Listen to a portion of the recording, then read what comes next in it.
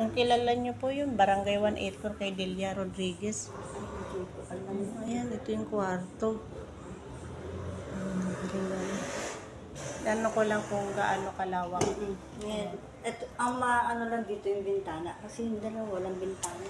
Tapos, hagdanan. Walang tiha. Sige, sige. Yan, pababa. Ayan, tapos dyan pwedeng ilagay yung mga pangkusina na, mga kusina doon. Doon, pangkusina, dyan. Eh kami dyan na lang kami nagluluto. Oo, pwedeng dyan na lang. Magkano down, te? Ano na lang, kahit 1 month, kasi talagang 2 months deposit ang nakukuha namin. Kahit 1 month deposit. 1 month advance. Magkano 10. Pero baka naman pwedeng pawasan. Saan ba natin bawasan?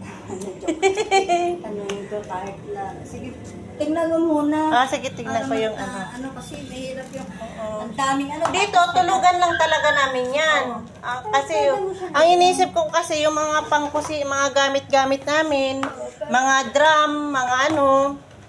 Pero pwede mo naman siya bigyan ng partition para meron pa yung privacy mo. Oo, ano to? Ay, na yan. Ay. Pamangkin. Asan yung pwedeng ilagay yung mga ano? Dito pwede. Ayan, dito yung banyo. Kasi yung dating umano yan, nakandyan pa yung mga gamit. Ayun yung banyo. Habagay, pansamantala lang. Kaso lang anak ko, di kayo may layo sa Osmeña. Pasaan kayo ang sakay niyan? Dito, dyan sa bababa ka. Tapos doon yata yung mga jeep. Ay, tanong ko doon sa ano, kung di ako masyadong particular kasi sa... Dito yung banyo. Ayan, oo, tapos pwede mo na dyan. Dito ilagay yung mga ano. Oo. Parang yun, tulugan lang namin yun, no? Oo.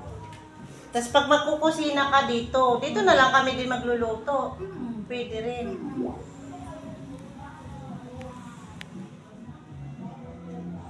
Sige, te. Ay, kunin ko yung contact mo, te. Teka.